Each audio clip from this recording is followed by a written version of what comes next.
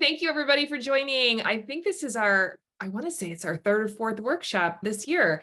And as always, we have the lovely Marianne with us today to talk and answer your questions. And so I will not waste any time in introducing her and having her come on screen. So hi, Marianne. Hey, Lauren, thank you. And hi, everyone. So for those of you who don't know me, my name is Marianne Pfeiffer. I'm the founder and principal of 108 Degrees. We are a digital marketing agency. We've been around for about 20 years.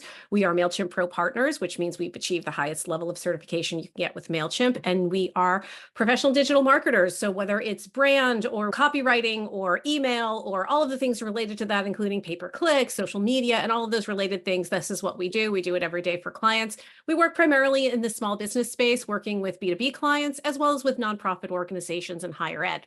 So we're here today to answer some questions. These are questions that we're getting every day. Sometimes our clients will ask them of us on screen. Sometimes they just send them in, and we're going to try to answer as many questions as we can for you today. And at the end of the seminar, or if you're watching this recorded, there are slides that will go with this that will have additional resources available. So definitely ping us if you don't see those, and we'll make those available to you so that you can have more information to guide your marketing efforts. All right. With that in mind, Lauren, take us off. We have a special guest today. We have brought in our amazing teammate, Kelly Ann, to help us with a couple of questions that she has gotten from some of our clients. So Kelly, without further ado, I'm going to kick it over to you. Great. Thank you, Lauren. So I talk to our clients pretty much every day as an account manager. And one of the most common questions I get from our very busy clients is, I have a limited amount of time to spend on marketing and want to be careful of budget. Where do you suggest I allocate my resources to get the most bang for my buck? Yeah, that's a great question. And it's one we see a lot, and we see it a lot with nonprofits as well, because a lot of nonprofits have very small marketing teams. And so they just don't have a lot of people to spread around on things. So you really need to focus your efforts on where you are going to reach the most people consistently and that you'll get the most result from. At the end of the day, of all the digital marketing methods that are out there, what always works well is email. It's email, email, email. And I hate to sound like a broken record. And I'm not just saying that because of our association with MailChimp. You know, Kelly, you and I have done this for so long. We've worked with so many different types of organizations.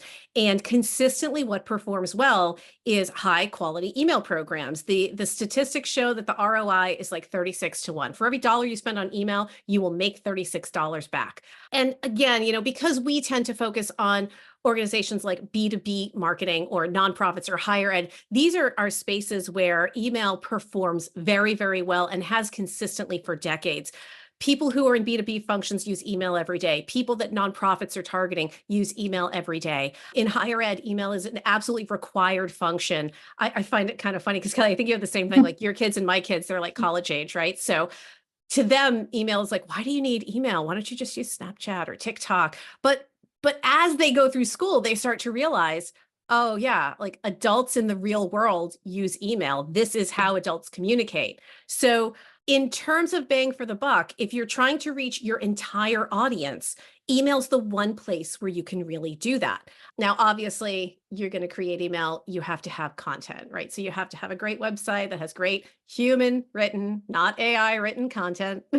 And you want to have a strong brand message, a strong brand presence, because it all ties together. Like there's no particular marketing channel that works in a silo. They all have to work together. But the first place I'm going to start someone out is with marketing email, because that is the place where they will most quickly start to gather data, see results, and understand what's happening with their audience and what kind of messages will resonate so that they can do more. So will that be enough for them? I think that's great. Okay, great. What else did they ask? So this is a real common one. Some of them are just not seeing success because they're paralyzed with fear. Mm-hmm. So here's a real common question is, what's the most common marketing mistake you see businesses making today? Right. They're afraid because they don't want to do the one thing wrong that's going to crash their brand to the ground and have it go up in burning flames, right? Honestly, the worst thing you can do is not market enough, right? In my opinion, you know, what we see, a lot of clients come to us and they're either not marketing at all, they're not marketing enough, or they're not marketing consistently. So, and some of that comes from the hesitation of, I don't have strong brand messaging. I don't have a great website. I'm not sure what to say. So getting over some of those fears is really important. So sort of having that core, brand content and a strategy behind who you're trying to target. But the mistake is not doing enough, because it takes a while sometimes to know what's going to hit. Marketing is a little bit art, a little bit of science, right? And sometimes you just have to keep trying things until you find the thing that really resonates with your audience. There might be 100 different tactics that could work, but there's only going to be one that does. You don't know what that is until you try it. So you have to keep trying things. I would say in that world, not being where your customers are. And I think we got a question like this a few weeks ago from someone who said, oh, I'm just not getting through to my prospects. I'm not getting through to anybody. And it's because the tactics that they're using are not tactics that their prospects or their customers are receiving. You might want to make phone calls. If your clients don't want to receive phone calls, you're not going to get through to them, right? So you need to be where your customer is, whether that's on social media, in email, at networking events, on YouTube, wherever they are is where you need to be. And then you need to be there consistently, regularly, and with a strong brand message. Those are a lot of things. So it's not like there's not like one recipe for success, but with those, with a strong brand message and good content, and then knowing where you need to go, you won't make a mistake. You'll just be out there trying things, and some things will work better than others. Your brand is not going to come crashing to the ground because you put out one social media post that was like not great. Keep trying things until you find what works. Don't be afraid. Excellent. Cool. Thanks, Kelly. I hope that they find that helpful. All right, Lauren, what do we have next? Don't worry, I have more for you. Let me pin. Okay. Okay, Barbara asks, I want my business page on LinkedIn to be successful. What are some things I can do to boost followers and engagement?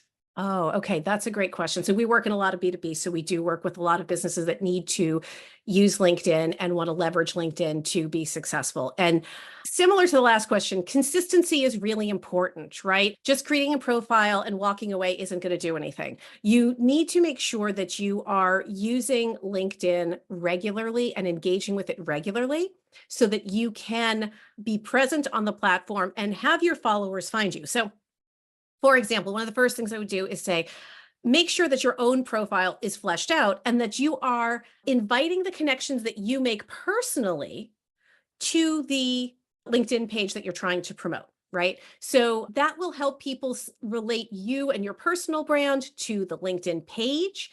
And the LinkedIn page will then be successful because people see that you are interested in sharing that information. So post content to the page regularly. Like if you have a dead page that has no activity on it, why would people follow it? They're going there to get information. So make sure you have information there, and make sure that, like when we post to 108 Degrees, very often I see Lauren like things, I see Kelly like things, I see, our team members, because it is information that we're using and that we want to share to the other people that we know, right? So interact with your page, have it built professionally, make it look like your brand, share it yourself to your connections, share the posts, and then ask your team to also do that. Making sure that your personal profile is in alignment with your brand profile is really important if you're a founder, if you're executive, right? If you have a brand that is very formal, okay, when you're posting personally, you can be less formal than your brand, but you shouldn't be completely casual. You should never use obscenities. You should always still be in a professional environment, like consider it that, but try to be in alignment with that brand so that way, when you're sharing your page's message, it feels like the right thing. It, when someone reads the page message that you shared, contextually, it feels right. Like, oh yes, this is the type of information that Lauren shares. And that this is how Lauren talks. It should feel similar. So that will help make the business page be more successful, leveraging your personal profile to do that. Awesome. It's really Okay. helpful. Since we are, okay, back to another question. Abby says, I'm relaunching my business and looking to build an email marketing list. Where do I start? Who do I add to my list and who should I not add to my list? I'm really glad that she asked who not to add to the list, because it means she's been listening to what we've been saying about not adding people that should not be there, people that you don't have permission to email. There's two types of permissions. There is expressed permission and implied permission. Express permission is someone who, for example, goes to your website, fills out the form and says, yes, send me your emails every month. Okay. And that's pretty clear and pretty straightforward. And so if they have asked to receive email from you, absolutely you send them email. Implied permission is something that you have to be very careful with because you don't want to be reported for sending spam. But for example, if I add Lauren and Kelly to our email list, Lauren and Kelly are going to go, oh, Marianne wants me to get our company emails so that we know what messages are going out to our clients. That makes sense, right? So there's an implied permission by the fact that you work for the company, right? Or that you are a client of the company and the information that we're sending makes sense. And that you can add those people to the list with the understanding of maybe let them know, hey, I'm going to be adding you to our email list just so you know, if you don't want to get it, just unsubscribe, it's fine. You want to be really careful when you're adding people to your list about your sender reputation. Let me explain what that is. So your sender reputation is with the email service providers and with the internet service providers, the reputation that your domain has for sending email. Does your domain have a good reputation? It sends good email that people want to receive, that they have asked for. You're not getting spam reports. You're not getting a lot of bounce backs from an unhealthy list. People aren't complaining that you are sending unsolicited email. Okay. You want to maintain a strong sender reputation because if you don't have a strong sender reputation, it is really hard to then show up in the inbox. You end up getting relegated to the spam folder, and that's not good. So as you're adding people to the list, think about, do I have expressed permission to send to them? Do I have implied permission to send to them because they are a current employee, a current client, a current team member, and therefore are interested in this information, and they're not going to report me for sending spam? Okay. If they're people you work with regularly, again, if you give them a heads up, hey, we're starting a new newsletter, do you mind if I add you to the list? It doesn't have to be a checkbox on your website every single time. You can have a verbal conversation or just an email exchange with somebody, and that's certainly acceptable. Then there's everybody else. There's former clients that you don't work with anymore. There's business colleagues. There's people you met at networking events. There's your cousin who's in the same industry. Don't just add family members to your list for the sake of adding family members to your list. They don't need to get your emails unless they're going to buy your products or your services. but certainly there's people that you know, and you might say, oh, well, I know my cousin Bob wants to be on the list. Don't assume that. Okay. Ask them.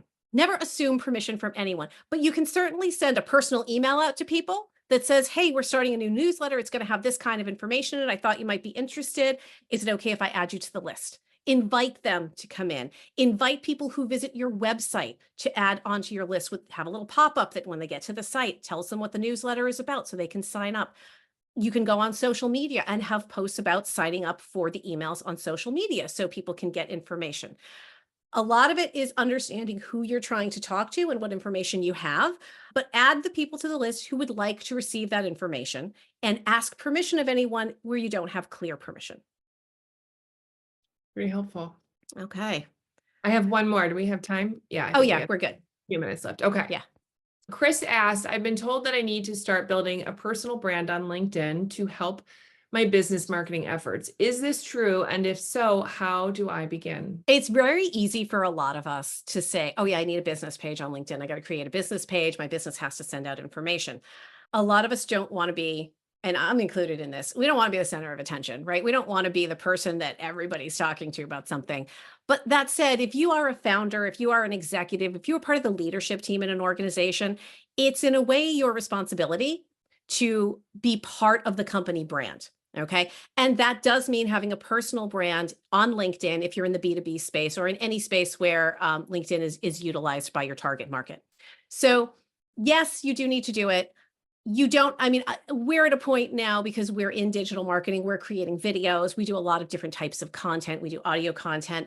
You don't have to get that far if you don't want to, but you do need to have a professional brand profile. You do need to align that with your business brand, and you do need to use it regularly. So the first thing is start connecting with people, build your profile, use a professional headshot, please use a professional headshot and build out your profile that clearly states what you do, who you're interested in connecting with, where you work now, and even historical places where you've been so that you can connect with people from your past. Once you have a professional profile, start connecting with people, start looking at your Rolodex, if you still have one from the 90s, and go through the people that you're connected to in other areas of your business and start connecting to them on LinkedIn so that you build your connections. Then make sure that you are building new connections regularly. So every time you have a meeting with a new prospect, every time you have a meeting with a customer who brings in some more people from their team members, everybody that you met with, you should try to connect with on LinkedIn. Every event that you go to, all the people that you meet, really start working. It's networking,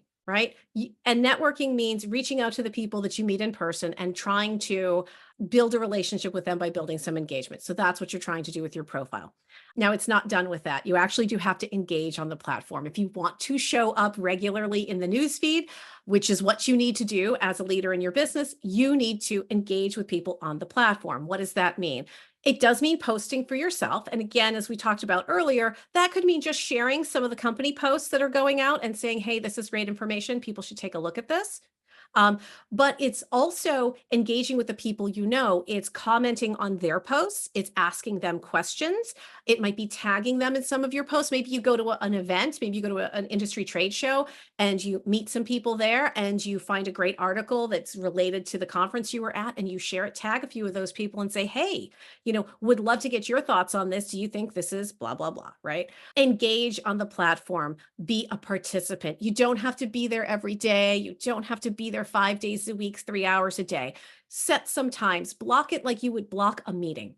Okay. There's block, 30 minutes, 3 times a week to go on LinkedIn, connect with the new people that you've met, share your business page with people who have connected to you, comment and engage with some people on their posts and put out a few posts for yourself. If you do that, you will build a strong personal brand on LinkedIn that is tied into your business brand on LinkedIn, which will elevate the visibility of the entire organization. And at the end of the day, it's not a whole lot of work. It doesn't cost you any money. It just costs you a little bit of time.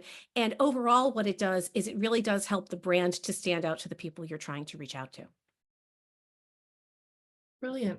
All right. Well, I hope That was that's everything. helpful. Yeah, that was everything. Wow. On the That was a lot of questions. that was we're very succinct, right on. So thank you everyone for attending today. I do have some resources that go along with all of these different strategies and tips. And so we will have some slides that you guys can download regarding those. So if you don't see the link for that in the video below, then just give us a shout at 108degrees.com. We're happy to send you all those reference pieces, and do check out our other workshop videos that have other questions and other ideas for you. So with that, I will sign off and hand it off to Lauren.